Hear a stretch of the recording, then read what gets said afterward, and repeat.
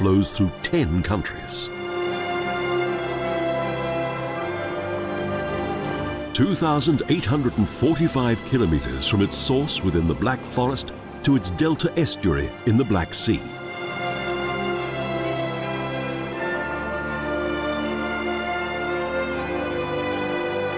The Danube is an historic river, and for some time divided the cultures of both East and West.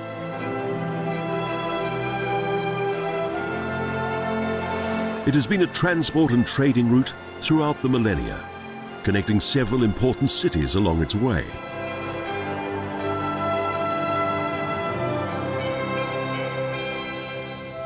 Donaueschingen is the birthplace of the Danube. Its source is situated in the gardens of Fürstenberg Castle, in which, on the top of the Mother Bar fountain, is her daughter, the young Danube, who points towards the Black Sea. The source of the river crosses the regal park, and fish can be seen within the clear water, accompanied by swans, a tranquil scene.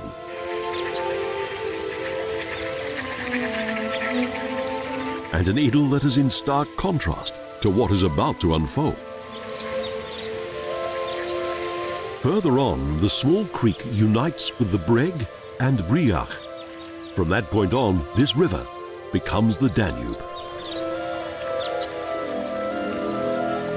From here flows the river that has played a crucial role in the destiny of countless lives.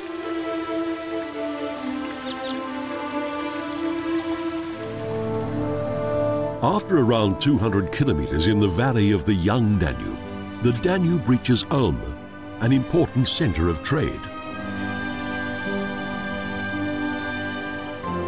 The Minster of Ulm is a masterpiece of European Gothic. Rising up 161 meters, its church tower is the highest in the world.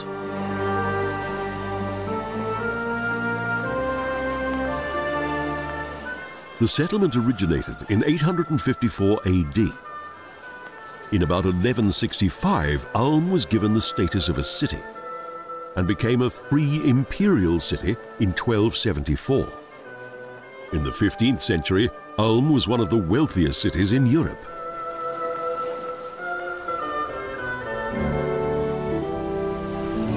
Its prosperity was protected by defensive towers and fortified walls. Its long bourgeois tradition also created the oldest constitution of a German city, and a city theatre whose origins date back to bygone days. The 30 Years' War put an end to the city's stormy development. And from here, the Danube Swabians emigrated.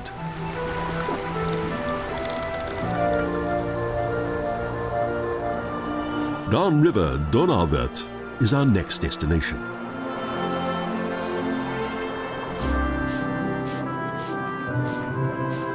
Wörth is an ancient word for island.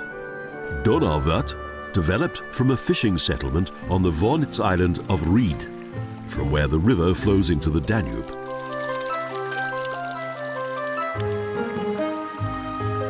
In 877 AD, a bridge was built across the Danube, and an intersection of European trade routes was created. At the Reichstag of Augsburg, Emperor Karl IV bestowed the double eagle coat of arms, and in 1467, the city received the Great Liberty Letter of Emperor Friedrich III.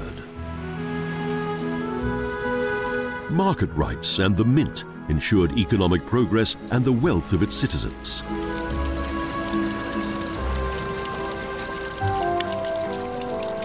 Founded by Stauffer, the city blossomed thanks to its favorable location.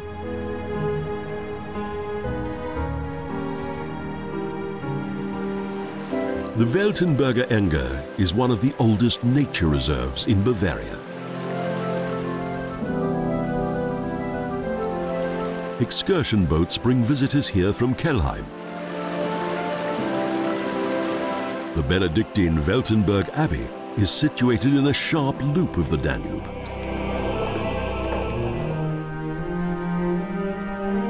In the 8th century, the rules of the Benedictine order were adopted, and in 932 AD, Weltenberg came into the possession of the Bishop of Regensburg.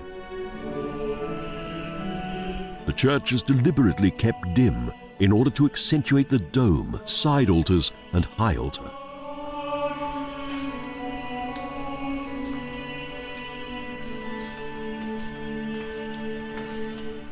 All around, angels and saints depict religious scenes.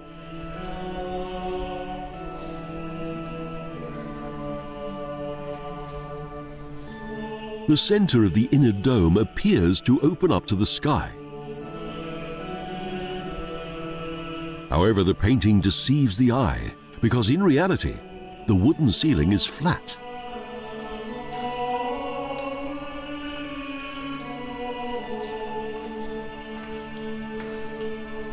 At the front glows the Theatrum Sacrum of the high altar. A limited view of the dome depicts the principal abbot, and a bust of Master Cosima Assam features within the inner edge of the dome. From the banks of the Danube, a pilgrim route leads to a small pilgrimage church. The monastery's brewery was founded in 1050 AD and is the world's oldest brewery.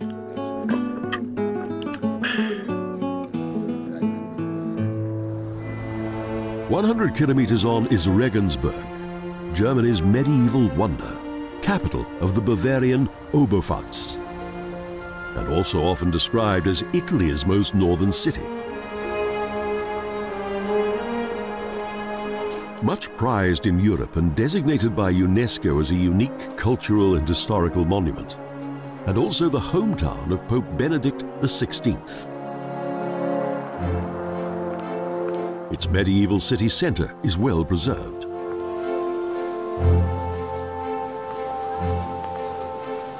The mighty dome of St. Peter marks the centre of the old town. The impressive Episcopal church stands on the site of a Roman building. And inside, a mystical atmosphere.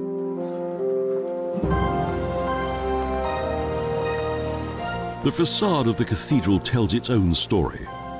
Statues, gargoyles, reliefs, and stained glass windows depict the religious faith of medieval times.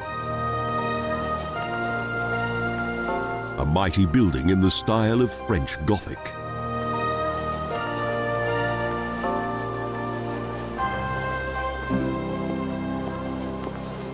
Next to the cathedral is the St. Ulrich Church, which was originally the Duke's Chapel. Following the extinction of the Carolingians, Regensburg remained the residence of both emperors and kings, as well as wealthy merchants, who became increasingly influential.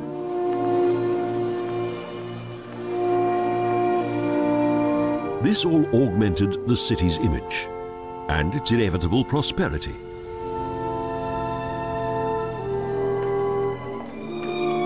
In the power struggle between both emperor and church, there was another contender, the bourgeoisie, immensely rich merchants, comparable with the Fuggers.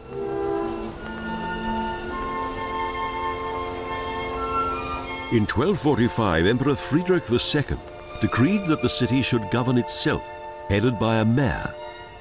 Thus, the free imperial city was born.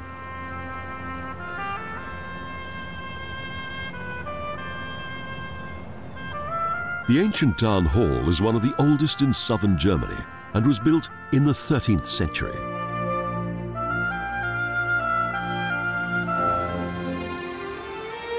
The city grew and numerous commercial buildings and residential areas were created. However, the eventual 30-year war did not spare Regensburg. Both history and the Old Town have made Regensburg a World Heritage Site. A few kilometers from Regensburg is the noble temple of Valhalla that is situated on green slopes close to Donaustauf.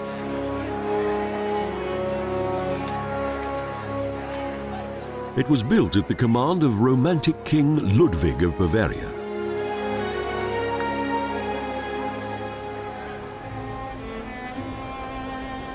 Inside the pillared building are 126 busts and commemorative plaques of Germany's cultural heroes, such as Goethe, Kant and Schiller.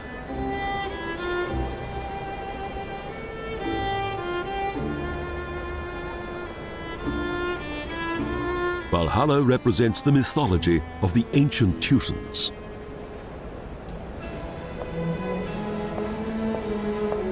Following his death, King Ludwig was admitted to the rank of German spirit.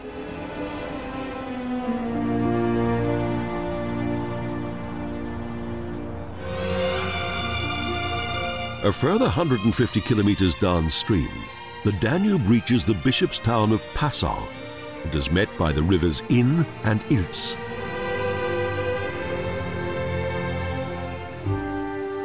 No sooner had bishops been rewarded with princely power in 1217 than they ordered the construction of the well-fortified Vester Oberhaus on a ridge opposite the old town.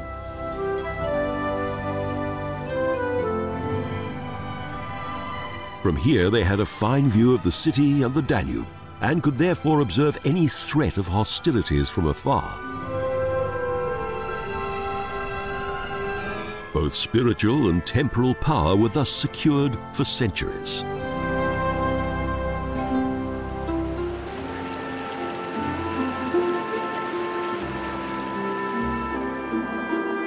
The prosperity of Bavaria's Venice was due to its production of wine, grain, and salt.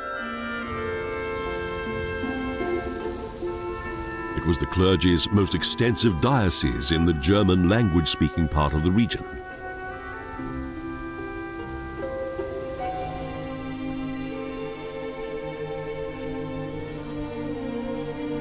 Many churches and monasteries were built, and the money spent in creating religious splendor saw no bounds.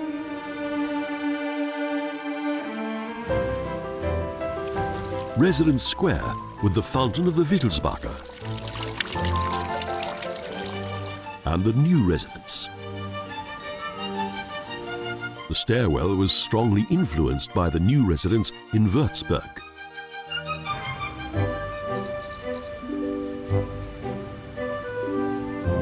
In 1783, the bishopric of Passau lost each of its Austrian territories. But its splendor remained.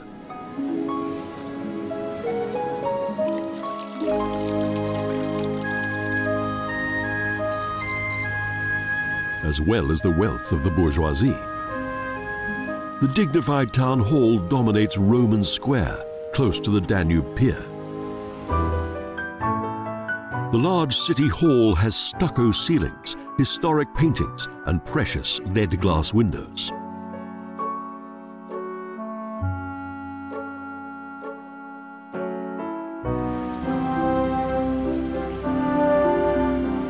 At the end of the 19th century, 8 buildings were combined and a tower added.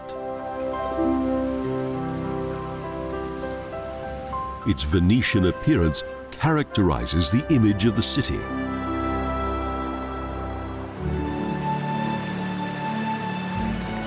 The Danube now becomes a narrow, wooded valley, and small villages accompany the river. On the Austrian border, the first lock on the Danube was built at Jochenstein. A natural rock was integrated into the wall of the dam.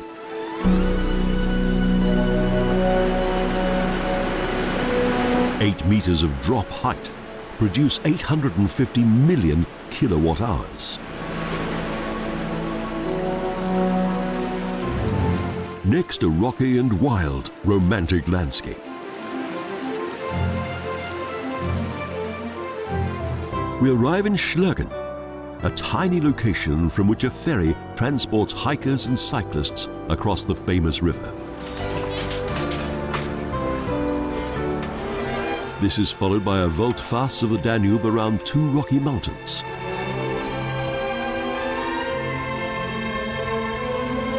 At one time, robbers blocked the river with chains from one bank to the other and demanded a toll.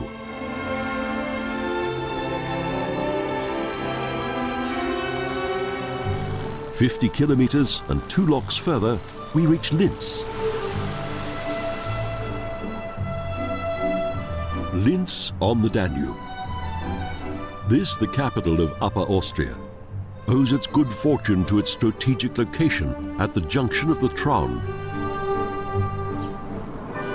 On the main square, an ornately decorated Trinity column marks the spot where the medieval Salt Road reached the market square.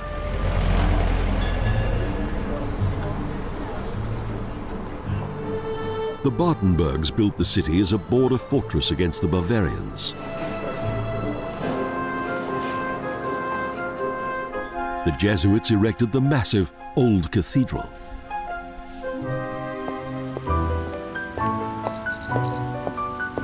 And the country home became a representative building for gentlemen, knights, and clerics.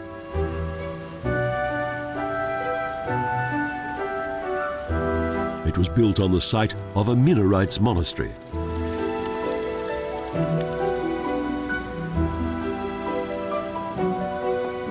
The magnificent buildings of the old town indicate how trade brought prosperity to its citizens.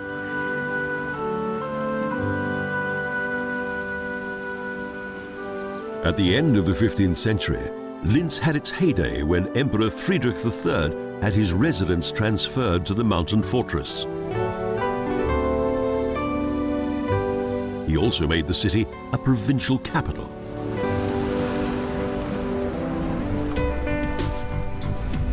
A popular attraction is a train ride that travels from the main square and crosses the Danube Bridge to the adjacent Purstling Mountain, the city's very own mountain.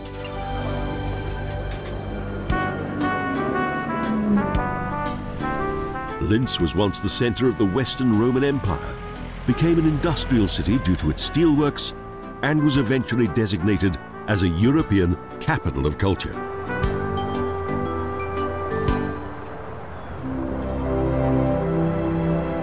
Melk Monastery majestically towers above the entrance to the Wachau. Here, from the former castle of the Babenbergs, the Benedictine order built an imposing monastery palace of the Christian Occident.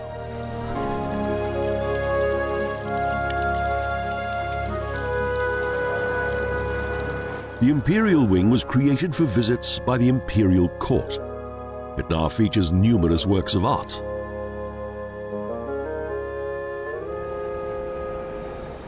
The imperial wing ends in the marble hall, a festive dining room.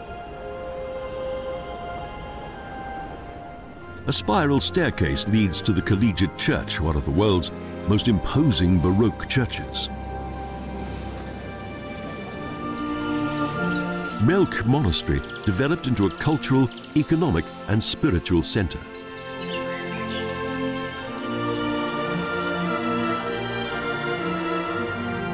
From above, we look down at the ruins of Agstein, within the Wachau's Danube Valley.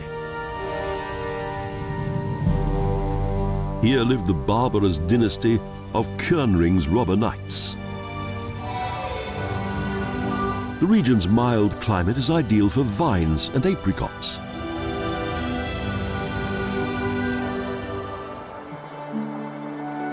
From the 9th century to 1504, Spitz was a Bavarian enclave located on the Danube that was owned by the Niederaltaich monastery and various counts. Consecrated to Saint Mauritius, the church dates back to late Gothic times.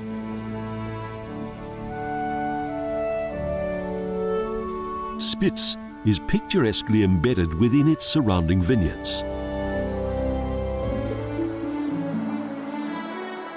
In Roman times, vines were cultivated in this picturesque area due to the region's ideal growing conditions. Weissenkirchen has always been a wine-growing center.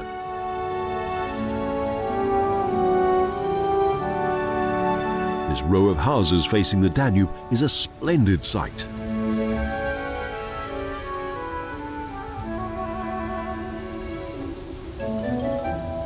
In 1531, the local people built a church and defense system as protection against the invading Turks. It withstood all hostilities. Suddenly, Dürnstein appears, a small town with a long history and unmistakable appearance. A medieval town whose legend made it famous throughout the world.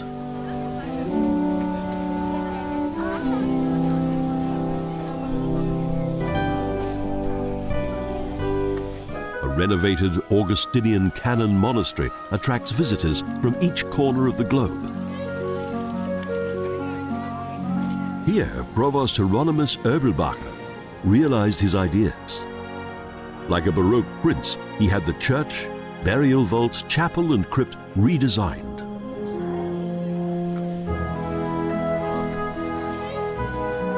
Dürnstein was a desirable settlement area and provided good protection. In the middle of the 11th century, the Kernrings became the lords of Dürnstein and fortified the settlement. Back to the Danube. The Wachau ends in Kremstein.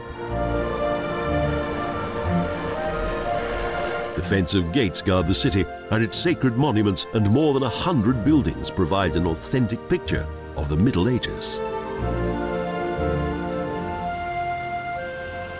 Its churches highlight its former wealth.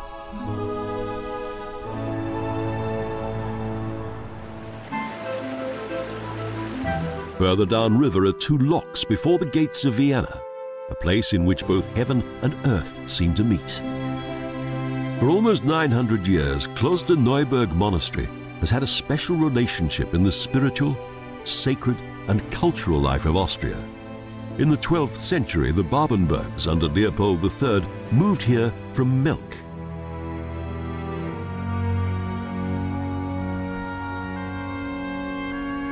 The architecture of the Klosterneuburg Monastery dates back to Baroque times and the rule of Emperor Karl VI.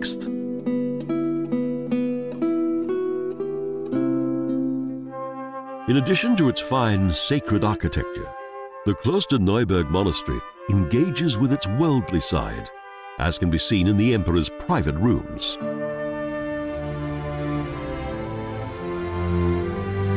A giant barrel indicates the local viticulture.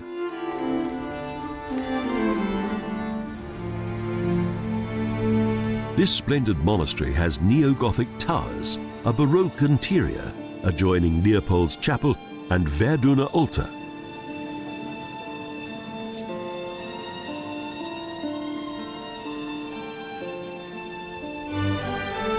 The Danube's metropolis of Vienna is only 10 kilometers away. An imposing and historic city.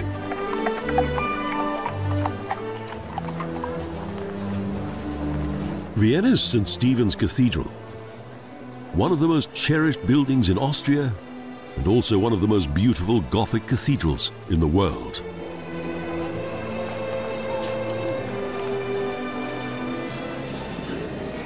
Within the cathedral, the pulpit is an impressive sight, and is where Master Anton Pilgram portrayed himself beneath the steps. The Wiener Neustadt altar is located in the left aisle.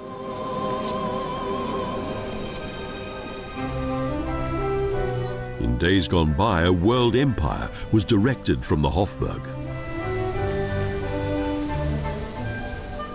The National Library of Father and Son Fischer von Erlach, with its beautifully decorated hall and mighty dome, is one of the most beautiful in the world.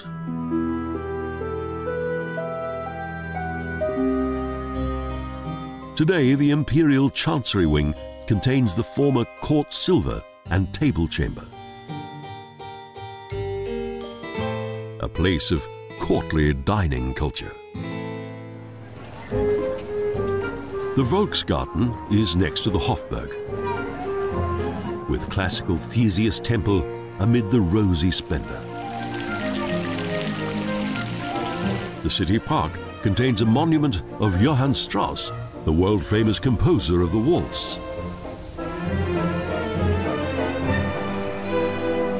The Vienna State Opera House enjoys an international reputation and is located on the Ring the magnificent boulevard that passes around the Old Town.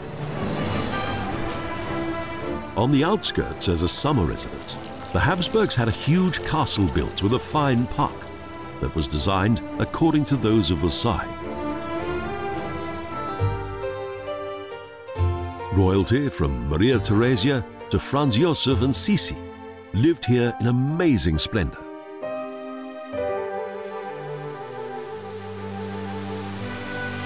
The extensive castle grounds represent a Baroque work of art, with Neptune fountain and various figures.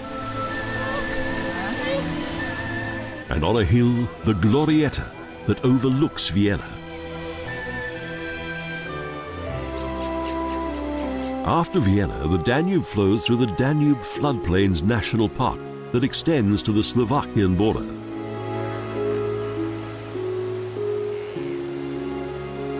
One of the last large floodplain landscapes in Central Europe, with a remarkable variety of animal and plant species.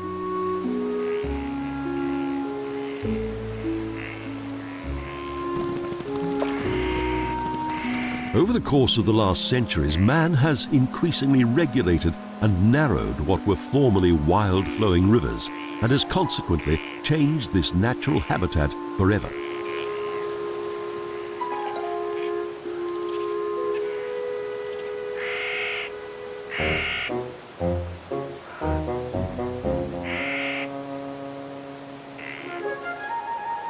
Life in the Danube floodplain is both colorful and varied.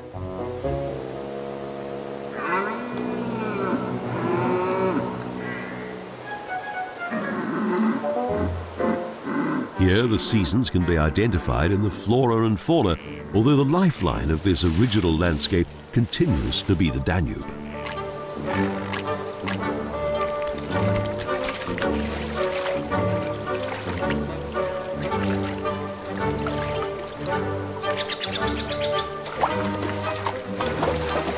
Undisturbed natural processes and cycles dictate all life here.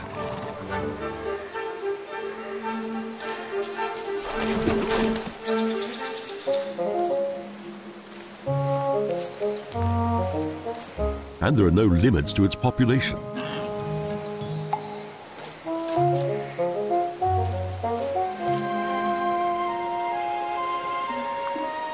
The steady rise and fall of the seasonal water levels repeatedly transforms this natural jungle into a renewed paradise.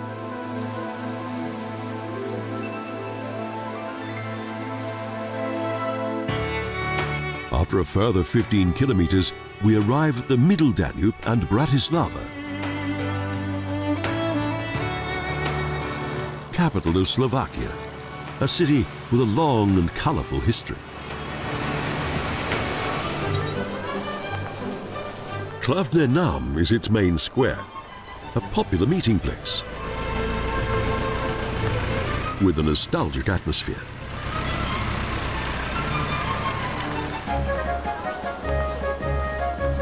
The old city hall with its main building, the Jakob House, dates back to the 14th century, with 3 adjoining townhouses.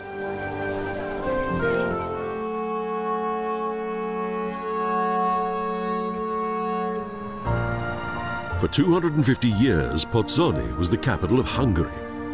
Then followed the Habsburgs, whose rule was controversial. The primatial palace shows the elaborate taste of Hungary's archbishop. This Jesuit church was built in 1638 as a Protestant church.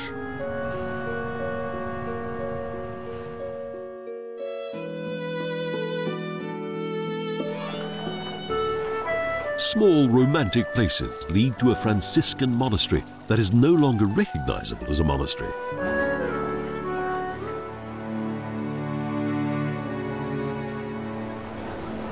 Most buildings of the Old Town were built in the 18th century and have a distinctive appearance without monumentality.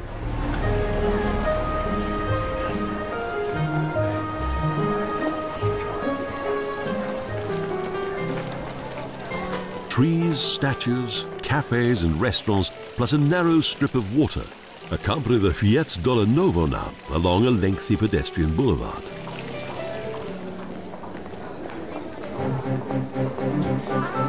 Today's presidential palace was originally built as a garden palace for Anton Grasilkovich. The Gothic St. Martin's Cathedral is a huge old fortress church that once formed part of the city walls. In the northern section of the old town that was once located in front of the city wall, the Trinitarian order built one of the most beautiful Baroque churches in the city. Next, and overlooking the castle, the Capuchin order built a church consecrated to Holy Stephen of Hungary.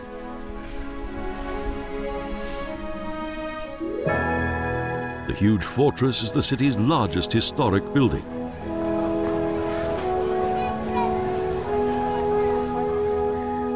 From here, everything can be seen.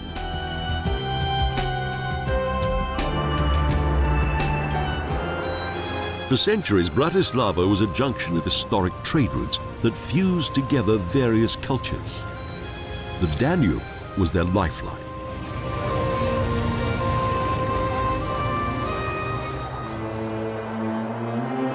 Esztergom is on the Hungarian border. The river Danube flows onward, and situated on a huge rock is a basilica and castle.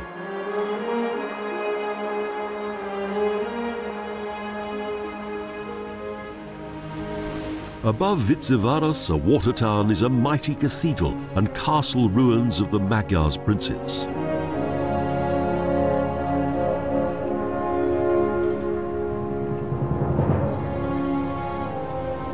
This Hungarian Rome lives completely in the shadow of the Catholic Church as the center of Hungary and residence of the country's primas.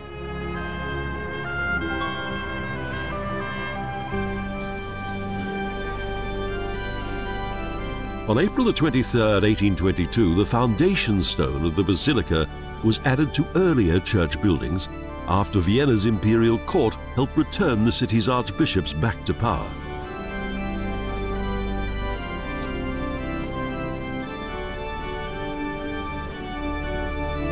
In this church, everything is larger than life, including the pipe organ.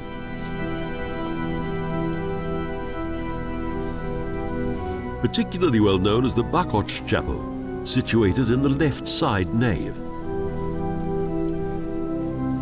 It is the only work of art of the historic cathedral that has largely survived destruction.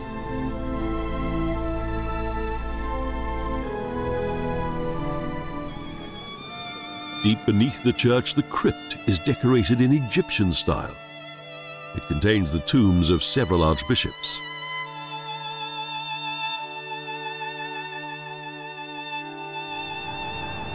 The overwhelming panorama is worth the narrow walk on the outside of the dome.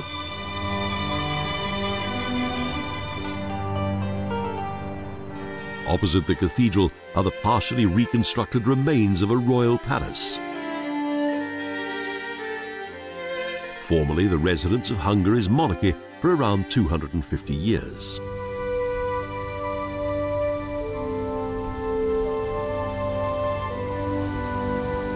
Visegrad Castle is situated in Danube Knie. In the 15th century, the Renaissance palace was built by King Matthias Corvinus on 5 terraces.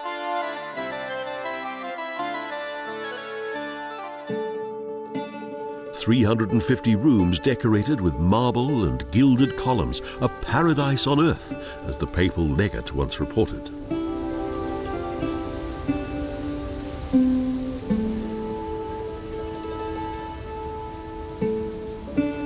Some of the rooms have been restored, and from 1971 the entire facility has been open to the public.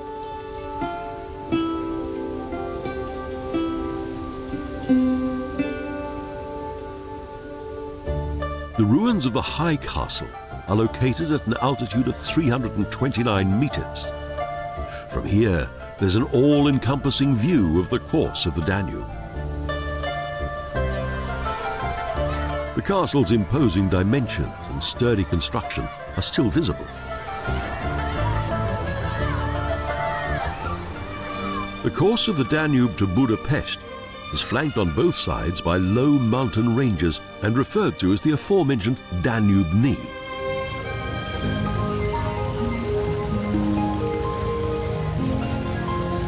Next, the capital of Hungary, Budapest, pearl on the Danube, an ancient international city.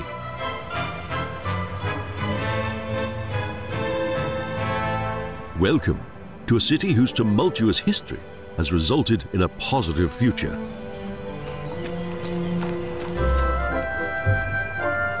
High above the banks of the Danube is Buda's Castle Hill with its imposing castle palace.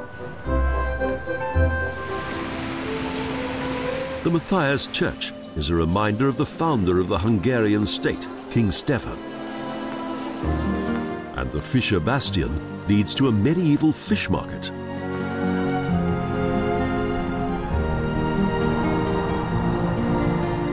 On the banks of the Danube is situated a water city and a memorial of the Turkish conquest.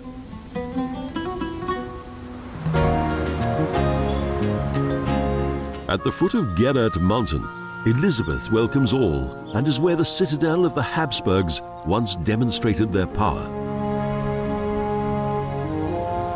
Boats travel through the city's old districts.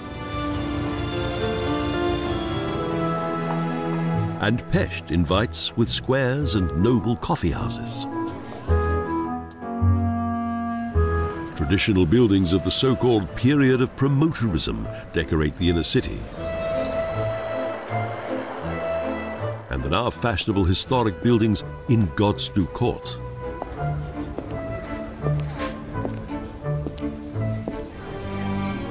Adjacent is the Jewish quarter with its great shul.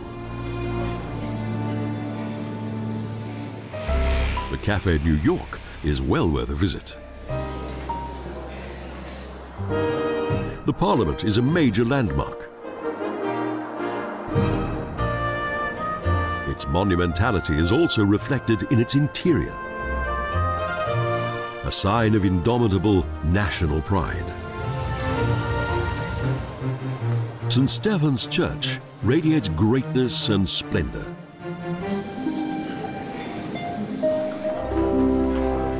The State Opera House enjoys an international reputation. And a boulevard leads to Heroes Square and the city forest.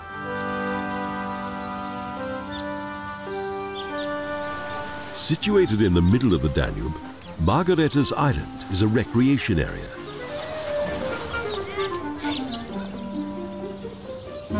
With a garden, fountains and miniature train.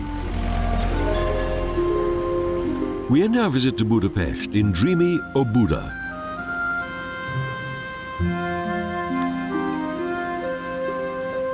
The Paris of the East is a remarkable city.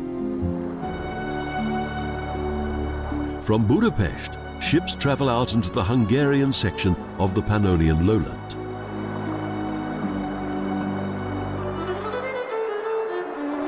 Due to river regulations, today, Kalocsa is situated 6 kilometers from the Danube.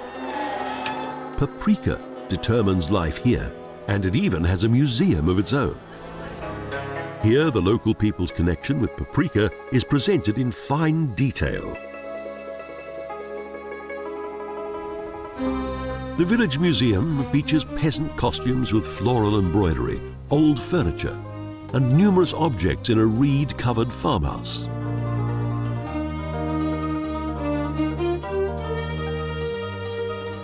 The women craft artistic fabrics, and pods of paprika are left to hang.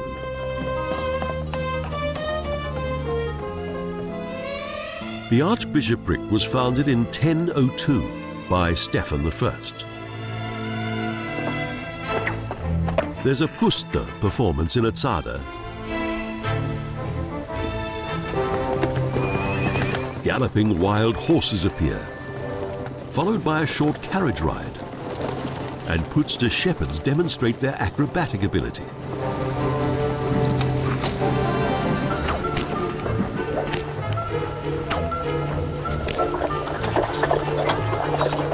There's a blacksmith's workshop.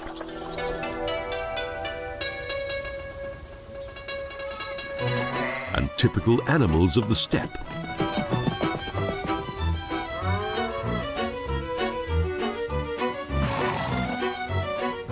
In the Tzada, a Putzta tavern, music is played. There's dance and much food and drink. The famous Hungarian temperament has no borders. Now the Danube flows several hundred kilometers as a border river and is named Dunav. The first views of the fortress and old town of Belgrade and entry to the Save estuary.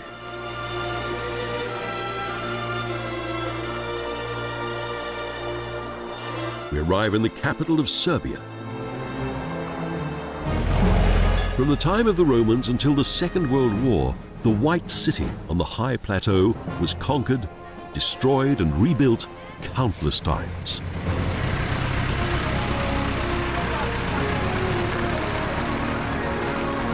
Here meet several ancient trading and hiking trails, and the city is referred to as Gateway to the Balkans.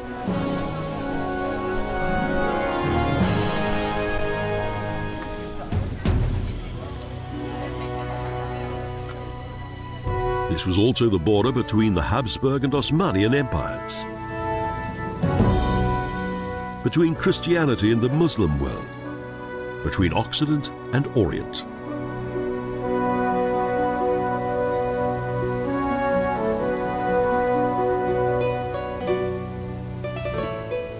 The fortress, towering over both Danube and Save, was the symbol of this conflict, but also the beating heart of the city.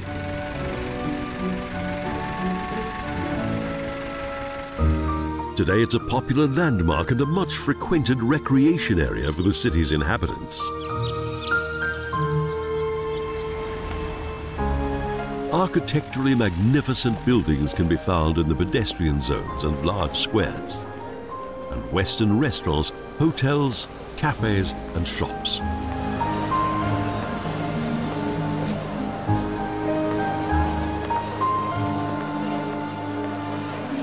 Impressive too is the Church of St. Sava, with its white facade and golden cross. Sava, who had lived as a monk on Mount Athos, won independence for Serbia's Orthodox Church.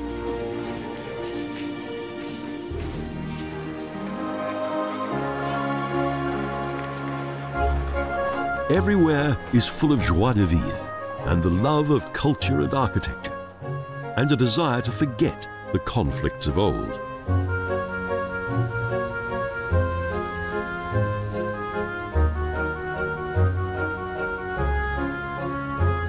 A cathedral of Serbia's Orthodox Church was built, and also Patriarchy, as a visible sign against the Ottoman Empire.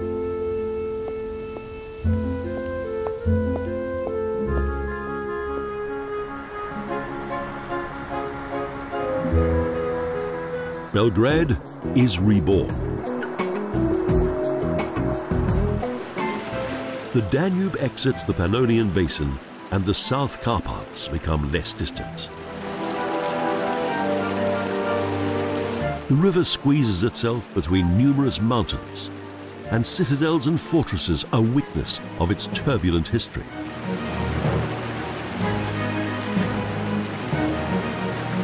The breathtaking section of the Danube with the narrowing of the Iron Gate is about 100 kilometers long.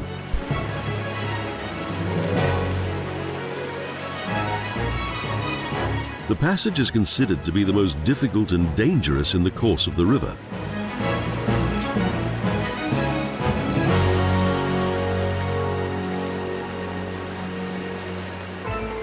This section always posed a problem for shipping until a dam was constructed which constricted the river by about 40 meters, thereby making the rocks disappear into the riverbed.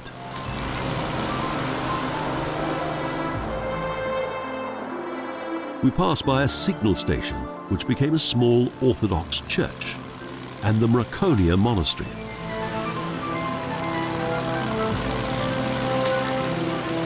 There's also a petroglyph of Draka king Decebalus.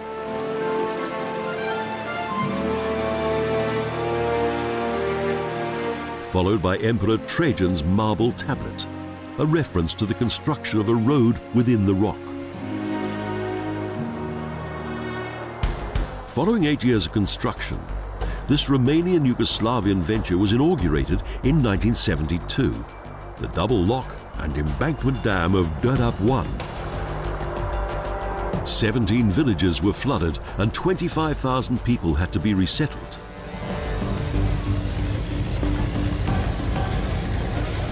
Electricity is generated here and the Danube is kept well under control.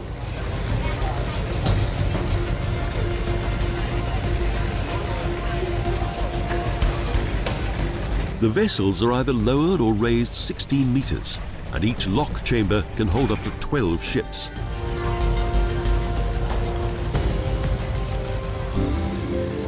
The lower course of the Danube begins at a power station.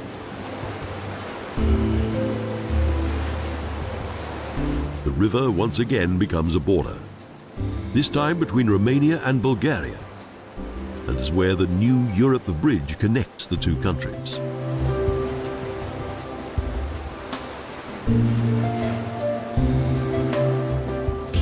Rus is the largest Bulgarian city on the river, and therefore the country's most important port.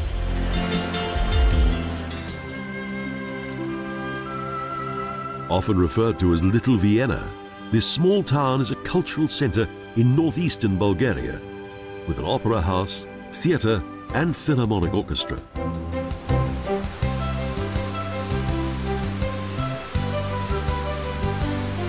The Monument of Liberty decorates the Place of Liberty, surrounded by flower beds, fountains, and magnificent buildings.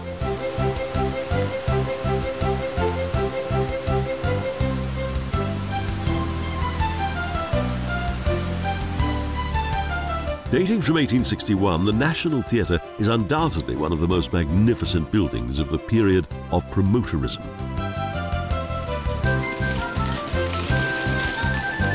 The richly decorated Opera House shines out in red. And adjacent, down 22 steps, is the low-lying Sveta Troika.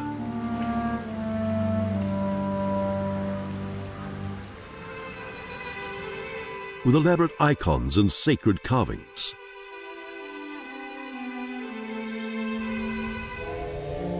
The pantheon of the heroes of national revival commemorates several famous Bulgarians.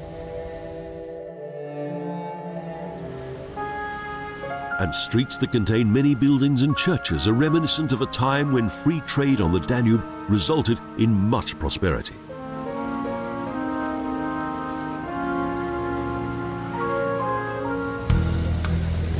The river flows lazily to its final destination. Talcia is the gateway to the Danube Delta, an old port city that has learned to live by tourism.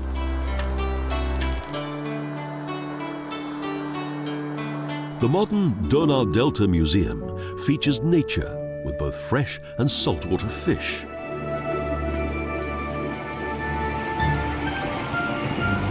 Most who visit this region come to explore its wild, primeval, and water-influenced landscape.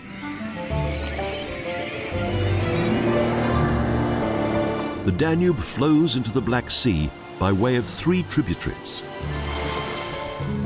Some Lipovans, traditional believing Orthodox Christians, have built their houses on the flats.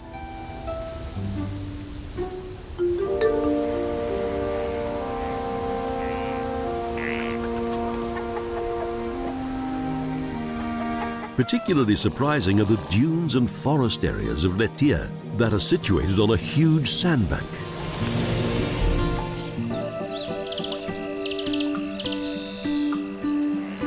A magical forest with exceptional flora, trees that grow in the water, and large sand dunes.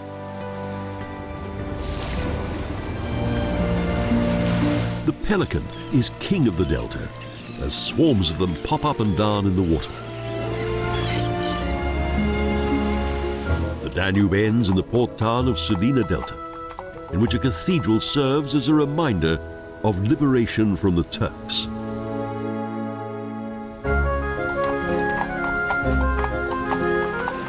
In this natural universe of land and water, which originated almost 10,000 years ago, nearly 3,000 kilometers of river come to an end.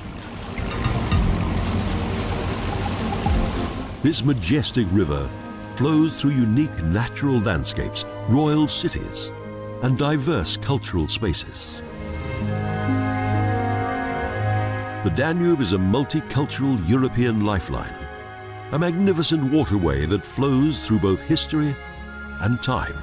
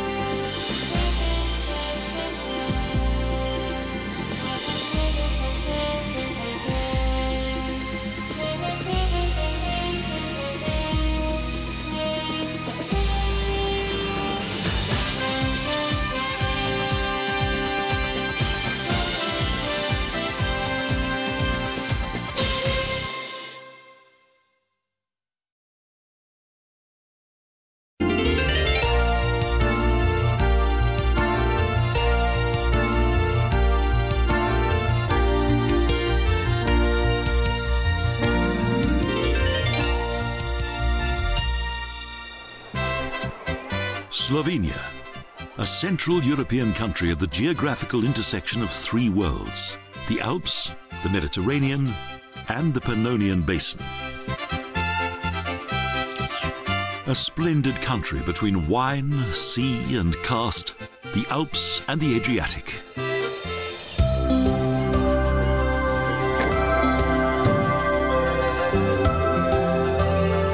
Ljubljana is the capital of this young republic. The old place is considered to be the gateway to the old town, which possesses grace, soul, and charm. The early Baroque Franciscan Church of St. Mary dominates the square.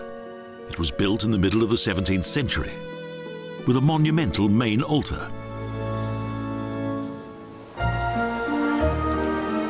Around both church and monastery, the Middle Ages meet with Baroque and Art Nouveau. Close by, the dignified Grand Hotel Union still shines out in all its original splendor,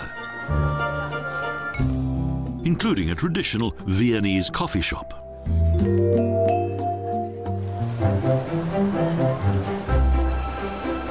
From the old place, the famous bridge leads in 3 lanes over the Ljubljanica River to the actual old town below the castle.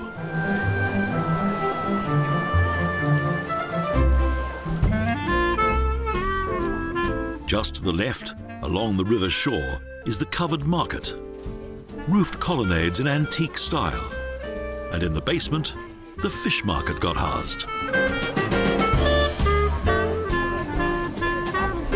Along the route to the cathedral is a colourful flower market that's open most days.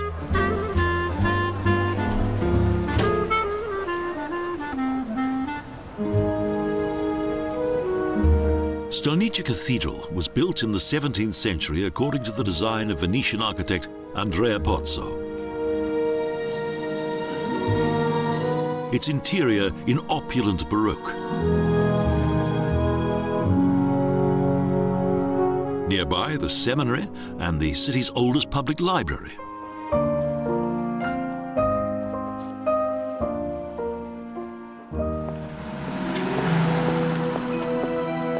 Four threatening winged dragons guard the Dragon Bridge, made of concrete and iron, whose construction was among the first of its kind in Europe.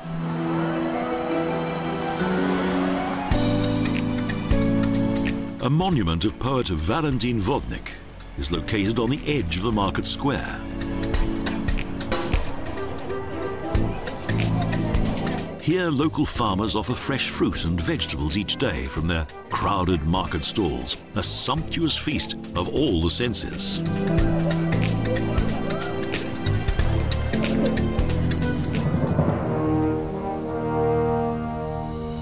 A cog railway leads to Ljubljana Castle.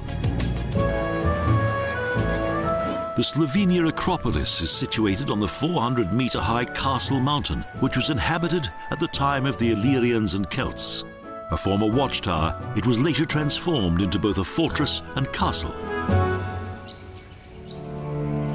A triumphal arch is entrance to the Tsales Cemetery on the city's northeastern outskirts. It has several richly decorated chapels, and is tantamount to being a city of the dead, as Josip Plečnik, the city's architect, had imagined it.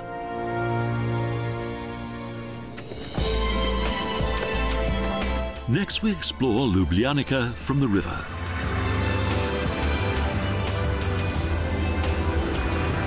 A boat journey on the Barka reveals the old city with its particularly romantic bridges.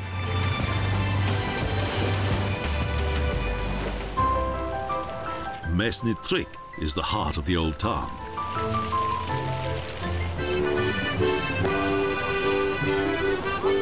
The Rotovts City Hall, with its loggia and characteristic clock tower, is the seat of today's city parliament, with courtyard, decorated walls and Nazis fountain.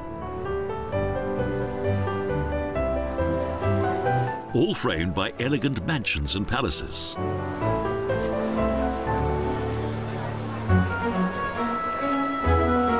The Schuster Bridge is and always has been an important entrance point to the old town.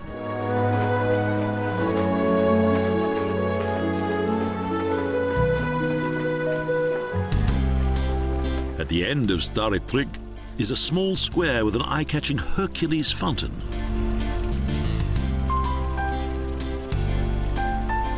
A lively street, Stare Trygg winds around Castle Hill.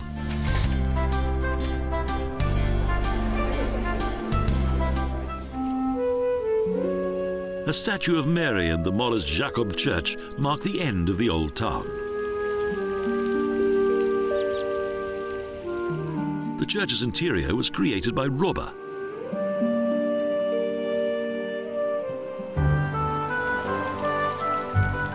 Close to the opposite riverbank is Kongresny Trygg. The Philharmonic Hall, University, a former casino, and the Ursuline Church flank the large square, which is almost like a park.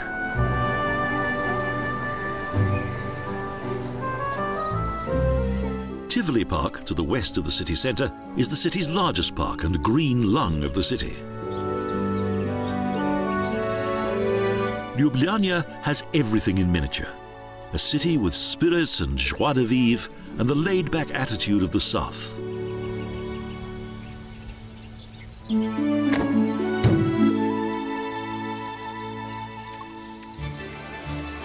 On our way to the Triglav National Park, we visit the famous Brezji pilgrimage in the city's northwest.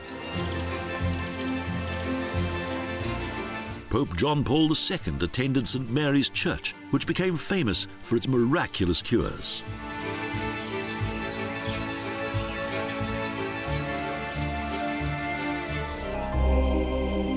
St. Vitus Church and its adjoining chapel have stood here since 1800.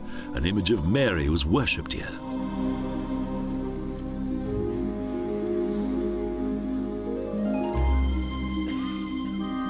Due to its many faithful, the Franciscans built a monastery here, and the basilica became the country's largest pilgrimage destination.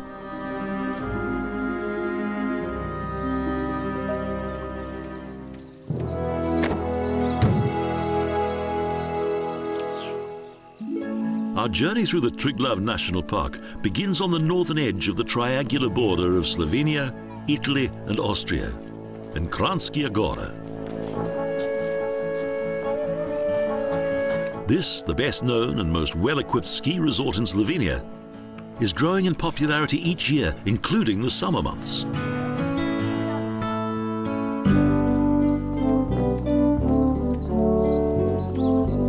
The centre of the village features a late Gothic church, and there are several farms, such as the 300-year-old Lizniak house that was built by prosperous farmers in typical Alpine style.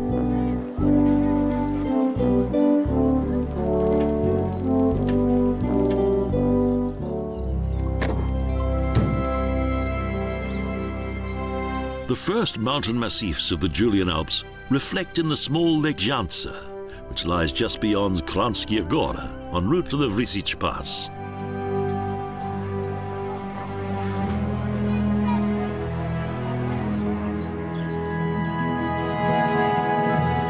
The Triglav National Park is a wild, natural paradise reminiscent of an enchanted world.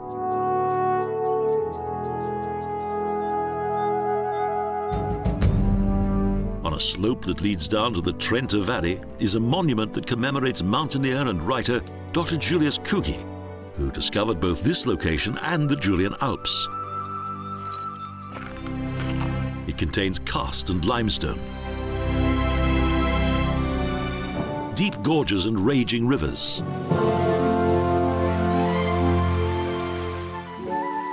and many rare plants and insects.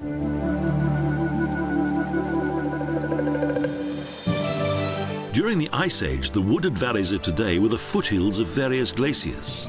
The Slaporechnik in Sava Valley is one of the area's many waterfalls and clearly demonstrates the mighty power of water.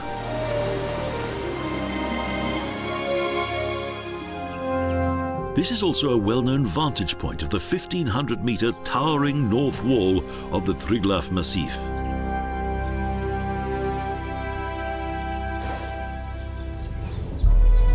The long ascent to the high valley of the Seven Lakes is a unique experience of nature, though with much challenging terrain.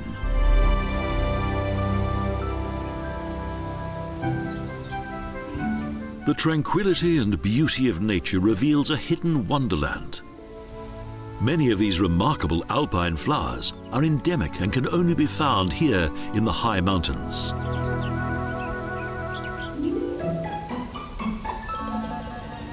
The Seven Lakes Valley begins on the foothills of Belaglava. From here, the narrow valley ascends to the high mountains, between scree slopes and steep cliffs.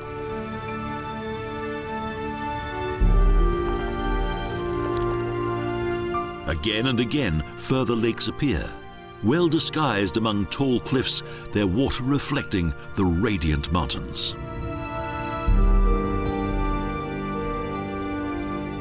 Between rocks and scree, flowers still blossom.